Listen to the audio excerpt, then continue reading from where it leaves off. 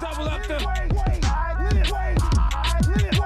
I lift weights. That record you're hearing right there is Eshu Tune. I Lift Weights, a brand new joint you're hearing right here on Vocalo Radio. I'm your host, Bekoe, alongside my guest. Well, you hear her in the afternoon, but she's here, in the afternoon with me. Nudia Hernandez Always is here. doing 20 reps a day. You know, only getting 20. swole. No more reps, just 20. And I got our very special guest right behind this mic. This man was early today. We should have got him clocked in, you said. Yeah, we should have got him a worker's badge today. Hannibal Buress is in the building. What's happening, y'all? How's it going? It's lit. Yeah, I was here early, man. It was just, that snow threw me off. I just was downtown cold, and I said, let me just go there. I ain't trying to go back to the hotel and then mess around, fall asleep, miss it. I don't want to linger on at the water tower or nothing. Let me just go to where I'm supposed to be and just chill out. I know that's right. You know, people was going to be, is that Hannibal? Hold on, let me get a picture. Sign this for me. Yeah, he was chilling in our lobby with your laptop. People were wondering if you were writing a script, working on music. No, I was working on trying to sell these tickets to the show. Trying to get this going. I know that's right. I mean, since we on the topic, I was gonna say, jump in the thing, let people know. You know, yeah. You got a show. Is it this Friday? Chicago Theater Thursday, Chicago Theater.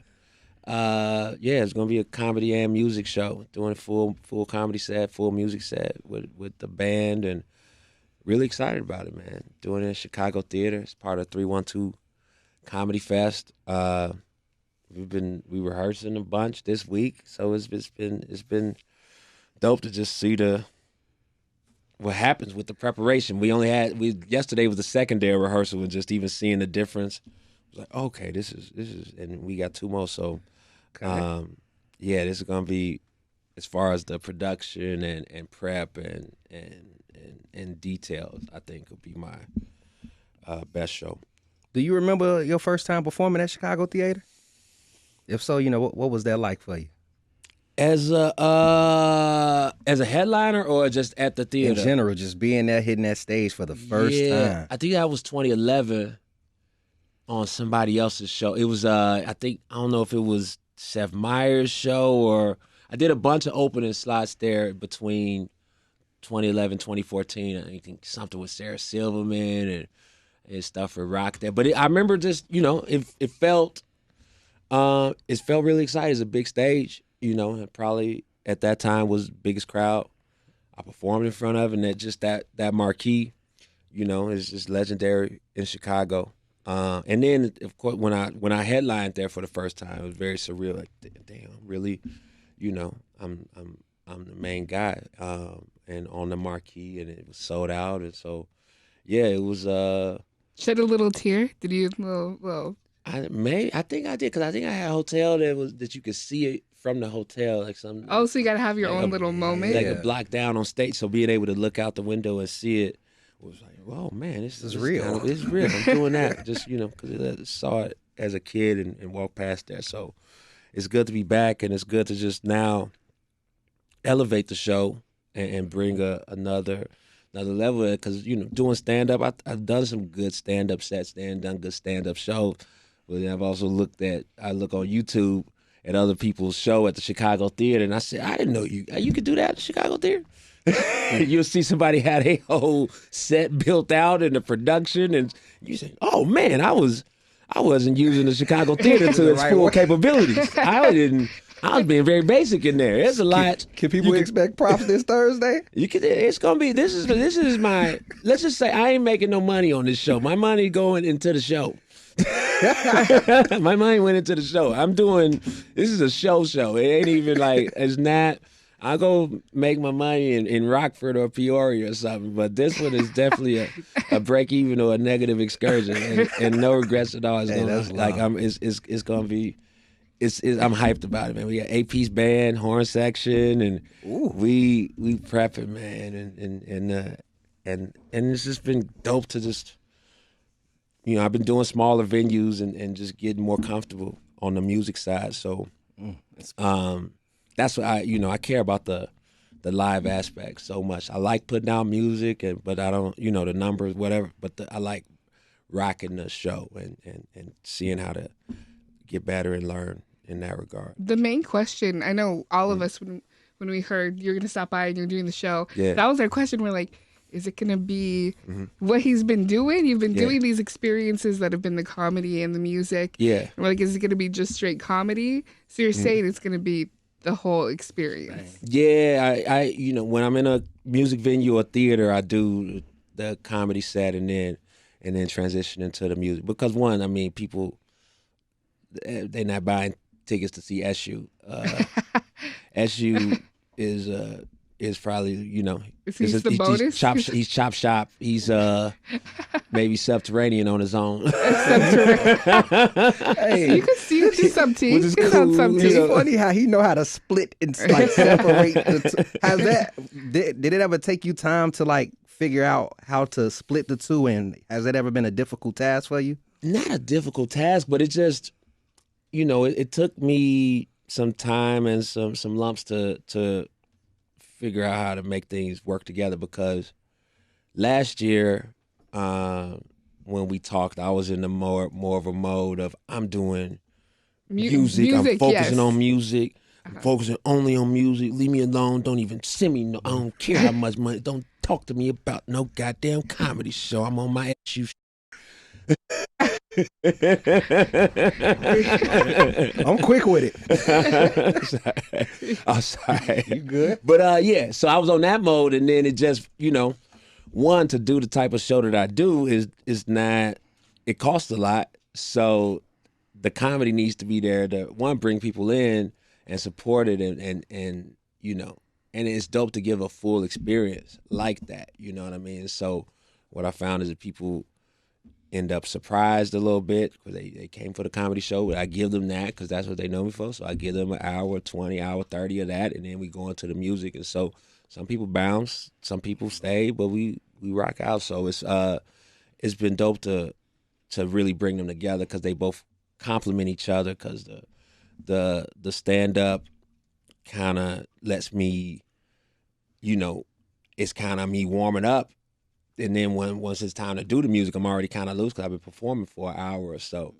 And then the music, I enjoy that a little more because I don't have to be on every minute. I'm able to, I can do my verses and obviously perform, but then there's points where I can kind of sit back and let the band do their thing and be a fan of music while I'm on stage too. So that's nice to, with comedy, you got to kind of Keep it going. You got to keep it going with comedy. Breathe with the Yeah, music. you can kind of, and so having those moments of, somebody make a crazy sound or something, or a guitarist or keyboard, he hits some crazy patch, and you think, oh, what was that sound? And just really being surprised and having a good time. And I think the music helps tighten up the comedy writing, because with the music, when you're writing songs, you have to kind of be more concise and say a lot while saying a little. So it's been dope to really be working on them like this. Put them together. Yeah. And I got a joint you had brought our way last time you were here. Yeah. I think you said it came from bowling, because the knee brace. Oh, yeah. I haven't seen you on IG bowling much yet, but I got knee brace loaded up. Okay. Fun joint. Turn up. Y'all turn y'all radios up, man. Hannibal Buress, a.k.a. Eshu Tune, is in the building. Y'all keep it locked with us right here on Vocalo Radio. Back with my knee brace on, the Velcro part keep catching the thong. Shawty acting out. What? Shawty acting out, yeah. It's a crazy week for you. It's a crazy Right? week, You a yeah. little stressed? You a little stressed out a little bit? It's a big show. Not stressed, just excited, and it's the difference is that when you have a show, it's usually shows before it, or you moving around on the road, but the show is Thursday, and then I got in town Sunday from Mexico. I was doing a gig out there, and then landed and went straight to rehearsal spot. You know what I mean? So it's been, we've been in that. One That's after all, the and then other. doing press. So just trying to, just get it going. I haven't done a big show in Chicago in a minute. So yeah, I'm hyped. I'm hyped. What made the time now? Because you say you haven't done a big show here in quite some time. I actually was I was doing Nashville. I had Zany's there, a few pop-up shows there, and I was talking with the owner, Brian Dorfman, and he, one of the organizers of the 312 Comedy Festival. He said, "You want to come back to? You want to come do a show in the Shy for the festival?" And I said, "Yeah, I want to do a show."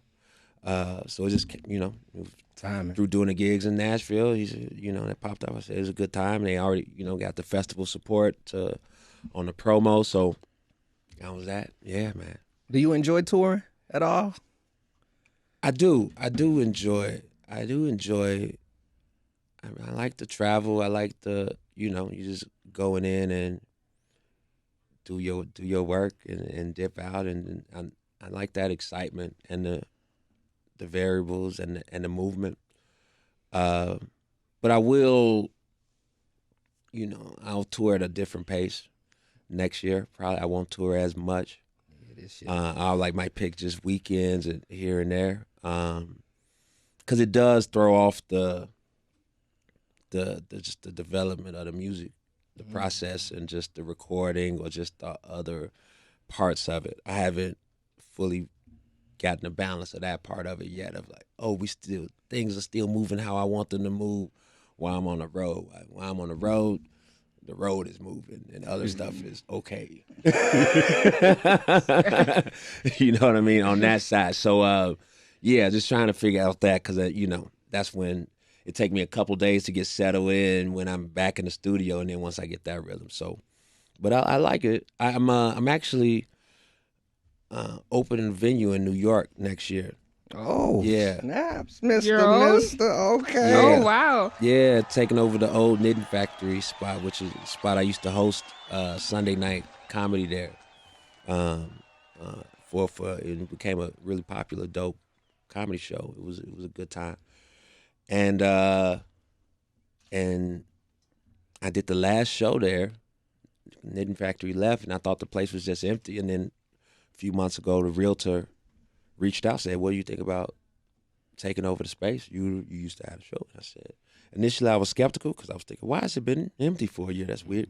This is a dope location. And then I started thinking about it. I said, that could be cool. So it's, I'm excited about that part of the game, to be able to help other folks with their shows. Obviously I'll do my shows too, but I'll be doing a lot of booking and promoting and developing other artists. So that's why that'll be kind of more of a day job thing, and then I'll still tour a little bit, but I'm gonna be kind of holding down the fort.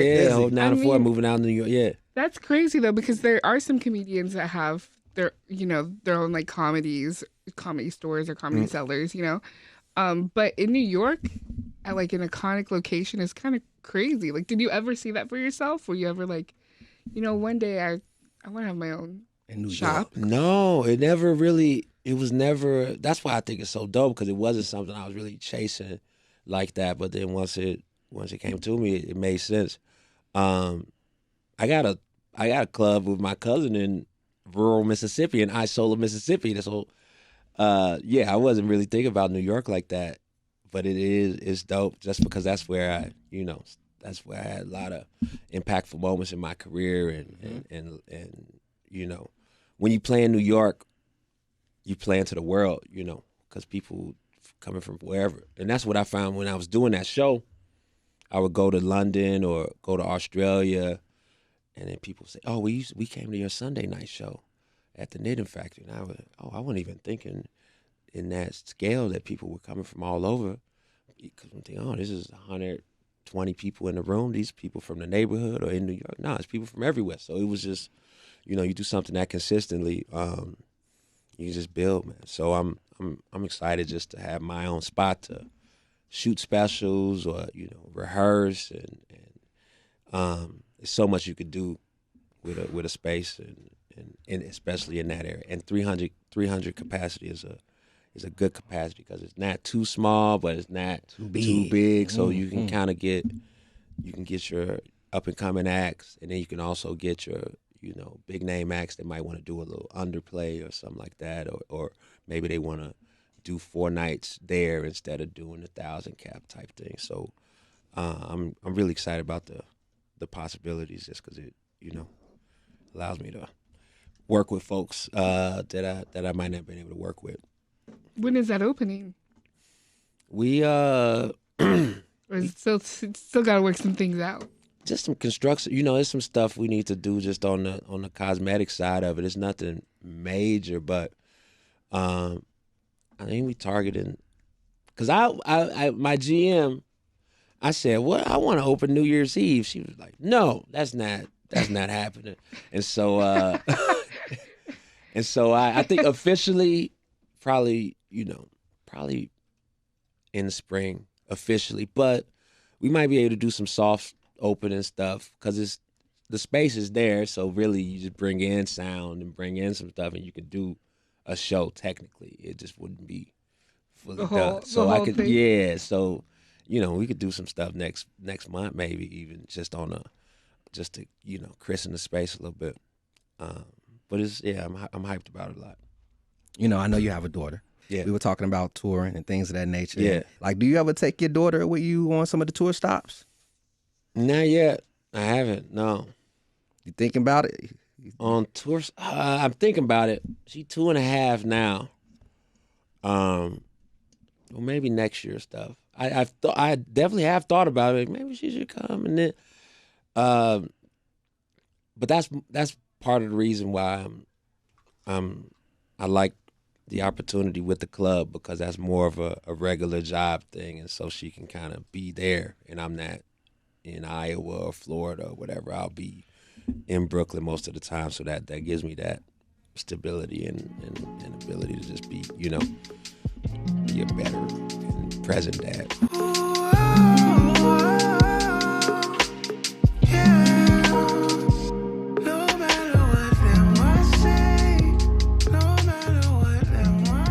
And I see the new tracks, man. That's some new stuff. Yeah, I do got one loaded. I do got one new one loaded up, and I'm excited to play it too, man. You and these weights, it's a good gem. Weights is there, but I love the production on it. It's some newer stuff, some Chicago stuff that I got to get out. Please send it. Yeah, Please. All right, for sure. So we can play it for the world to hear, my brother. For sure. I wanna ask you a question about Eshu Tune as well. Like, Yeah. what's something you would like people to understand about Eshu Tune and the music that Eshu Tune makes? What do I want people to understand? I think it just, if people take away what they want from it, you know what I mean, and you just do your best to just express it and be true in it and do a great visual and perform it well, you know what I mean, and let people kind of, I think if people enjoy it, I just want to make stuff that I enjoy, and usually if I enjoy it, if I'm running it back a bunch, then it's gonna have the same effect, man. So I just want to, get the ideas out and not overthink them as much, and not. I think now I'm finally really getting to the zone of let it fly. I made this song called "I'm the Tallest Person at This Mexican Party." Oh my God, yo, you funny. I'm the tallest person in this Mexican party. Goddamn. I'm the tallest person in this Mexican party. Goddamn. And so I made this record. It was just really I was in Madison in the studio, and I was working on this other song that had all these flows that I was doing hella takes, trying to get it, like, and messing it up. And so at the end of the session, I had 3 minutes left, and I was just wanting to do something else just to have a break. And so we was going through these beats. This beat pack from DJ Payne 1, and this one beat came on, and then for some reason it made me think about when I was doing a location scout at this place, Don Quixote in East Los Angeles, where it's a Saturday night, and I went in. And usually I'll go if a place is empty, but I just landed. Let me check it out on a Saturday, 10 p.m., whatever. And then I went in, and I was the tallest person. But then I never thought nothing. Maybe I wrote something down or something about it, but I never really Why did it make you feel good? Is that what? Yeah, because I'm a, you know, I'm the not shortest in the room or something? I'm never the shortest, but I'm average height. I'm 5'10". It's a decent height. I'm not somebody like, hey. And I will say you're a real 5'10". I'm a solid 5. You know, it's not a 5'8". It's not a 5'8", 5'10". It's like this average. is 5'10". Hey, hold up. What's wrong with a 5? I'm a 5'8.5". Well, that's fine, but I'm just saying. A lot of dudes that are this height say they're this height. Yeah. You're a true 5'10". 5'10". So it's no, you know, I'm not like, I'm out to punch everybody like that. You know, that's some people. That's a few shorter. That's in that other zone. The 5'5", you want to fight? But 5'10" is just like, this is. And so, but I'm never the tallest in a spot. By like taller than I was definitely, you know, just looking around. Like, whoa, this is different. And so that beat. You know, that was months and months later though. That beat, and I'm the tallest person. You still remembered it though. You still remember. Brought out that. But then I didn't think nothing of the song. It was just really to send to friends. I sent it to a handful of friends. Like, hey, this is just. And then they said, "Yo, you got to do it, man." And what are y'all talking about? What do you mean you gotta know? Because I wasn't even flowing like that on there. Oh, you were saying some stuff. I was saying, but I'm talking about on the as far as the energy. But it's just a different. It's embracing those different type of songs too, and really, this is what that is. This is not me trying to flip flows, and being comfortable knowing I can rap like that, but then also rapping just having a fun concept and just doing that. And I just noticed with certain songs when I'm messing around, like the different. It's almost a different alter ego on those records where. I hear the tone that I rap in and stuff. Like, if I'm in like a high pitch, I'm the tallest. Like, that's not my normal. Or even I lift weights is kind of in that other zone of I really was lifting weights in the booth during I lift weights, and it just put me in I felt like I was in the goddamn Rough Riders anthem video, and so started channeling DMX. And then How many pounds were you lifting? I need the full visual. It was 15. Not too heavy. Yeah, not too bad. Yeah, just enough to say I actually was doing it. Are you working on a project? Because I know you dropped Eshu Tune in 2022. Yeah. You got the I Lift Weights. You got the joint that I don't think is out yet. If I'm not mistaken. Mexican Party isn't out. No. Yeah. I just was down. Yeah, I just shot some stuff for it. So gonna get the full visual together soon. Project coming soon. Oh, is that why you were in Mexico? Soon. That's not why I was in Mexico, but I made it happen. I was in Mexico to do a random private gig, somebody's birthday party. And then I said, okay, I'm in Mexico. Might as well, shoot something down here while I'm at it. Got it. And it worked out. It worked out. So by the end of next year, I want to, hopefully add 40 songs or so to the catalog just to. That's a lot. Yeah. That's a lot of got tracks. time. You got time too. Speaking of dropping stuff, I have to say, the last time you were here, the listeners hear your drops. Some of the drops you did with us, they're in constant rotation. Oh, yeah. Yeah. But this was probably the best experience I've had with anyone doing drops. You gave us 8 minutes of drops. Okay. You gave us the Cubs won today, the Cubs lost today. All the life situations. Yeah. You gave us a bunch. Like, I've never seen you. So right now we have a clip of just so people could experience what this studio was like with Hannibal dropping the drops. This was you given the weather. And I will say, before you drop this, it is 37 degrees outside. Okay. So, okay, go ahead, drop it. I don't know. Hey, I'm recording this. It's supposed to be evergreen. Can y'all play this on a day where it's 37 degrees so I sound like a genius? It's Hannibal Buress, 91.1, Vocalo Radio, WBEZ. Honestly, I've never had anything like that when I brought an artist in for drops. And it was amazing. And when I went to listen to the reel, I started it at the part where you said the 37 degrees outside. And I was like, this is amazing. That's great. Is that just the comedian in you that comes out sometimes? I enjoy talking to y'all. You're generous for people you like, I do have to. I do appreciate that because I have seen, when you were on the Eshu Tune kind of promo tour last time you were here, you did do a lot of interviews. Yeah. And some of them were a little wild. Was it like good? I don't even know was it Good Morning America where you didn't even answer their questions? You just played your song? Do you remember? Oh, the thing, was that Cuomo? Yeah. Yes. Yeah, he was trying to get me to talk about somebody else, and so I didn't want to really participate in that way. But I was like, I got the show at Chop Shop. I'm just play. I thought it'd be funny I had the wrist MIDI thing that kind of triggers the sound. So I just thought that'd be fun to test that out. I should post that clip up today. Yeah, no, he was asking you something like serious, trying to get the tea. Yeah. And then Hannibal just started playing his song. He just Like, I'm here to promote the show, dog. I don't know, man. I'm not talking to you about that, man. We Trying don't to have promote that. violence. We don't have a rapport.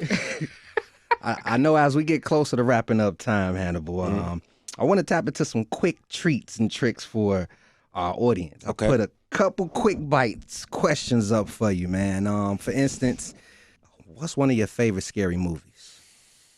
I'm not a big scary movie guy. Me neither. Yeah, I'm not really. I'd love to see you in one. Ooh, and I got a question about that too. If you landed a role in a scary movie, do you think you'd survive? I mean, that's like, would I take a role where I died? Would I survive? I mean, it depends on who the director is, what they think of me. Oh, what they God. think of me. Like, I died in Baywatch, and I thought I was cool with it until I was in the theater, and then I saw it. I said, "Oh, I don't like how this came together." this I thought I was cool with this, but now when I see the finished product, I got mixed feelings. Dang. Yeah, I just saw myself die, and then I went to sleep in the theater after that. After I died. You were just over the I'm movie. Over the movie. Yeah, it was just, oh man, I didn't expect. They just threw me in the ocean. I was like, I didn't remember that. I don't remember being thrown in the You ocean. played a lot of roles too. I remember being thrown in the. Oh yeah, they threw the bag in there, but the idea of me was thrown in the ocean. I gotta ask you too. I got two more. Yeah. What's something that scared you as a kid? What's something that scared me as a kid? Poverty. Same season. Same season. And Poverty. lastly, Cut off utilities. or going to the house with no power on. Four corner hustlers. Oh, and lastly, do you believe in ghosts? 57th and Damon. I was still on the last question, sorry. Do I believe in ghosts? Do I believe in ghosts? Do I? I think I do. Because I believe in something, even if it's not dictionary definition ghost. I have been in a place like, Where things have feels happened. weird in here. Hotel, a building? Oh, building certain spots. He's like this studio. He's like, I Don't feel it in feel here. right. I feel good in here. But it's some places where you kind of, you ever go to a music venue and you can, somebody's OD'd here, right? It feels like, you There's kind of been tell. some transitions that have happened in here. Yeah, something's happened. If the place got, and obviously people can OD in all types of spaces, but if you see a bunch of stickers and like, you know what I'm talking about, that type of, you like, I feel like somebody's OD here. Yeah, a bunch of Too much, signs there's and too stuff. much Sharpie in here. Somebody, at least one. This is how long this place been open? 30 years? Well, you perform this Thursday, man. You got to let people know where they can get tickets, where they can see you hit the stage, tell some jokes, and perform some They songs. can go to HannibalBuress.com/tour. They can go to Chicago Theater website, Ticketmaster, bands in town. Use promo code Amir, AMIR, or promo code Zanies. Get a discount. Well, yeah. Two of them. Oh, man. Yeah. Amir or Zane. Yeah, we trying to sell tickets, man. It's, Or just support and buy the ticket without the discount. I mean, it I goes don't know far. your financial situation. If you want to come to the show, come to the show. Discount. Hit me up. There's room at these shows, man. I'm about to put out my old special. I'm like, I got to do a stunt. I got to go fight. What's I got to go. It's hard out here I'm gonna nowadays. fight G Herbo to sell these tickets. That'll be unique. I can see some forces. Both of y'all with some black Air Force Ones. I gotta go crazy to sell some tickets. Hey, how about y'all drop some of the migrants off in Kankakee or something? How about that? Like y'all just bringing full buses. Y'all ain't young Effingham, Carbondale. It's like drop 5 off. Oh my God. This Thursday is going down. Hannibal Buress, Eshu Tune will be in the building at Chicago Theater. Tickets are available right now, Chicago, worldwide, wherever you at. Cop some tickets. Come see them in person. I'm telling you, man, it's going to be a good time. It's always a good time. We went to Chop Shop last time, had a ball, and now you can check them out at the Chicago Theater. I got this joint, I Lift Weights, loaded up. I lift weights. I lift weights. I lift weights. I lift weights. I lift weights. I lift weights.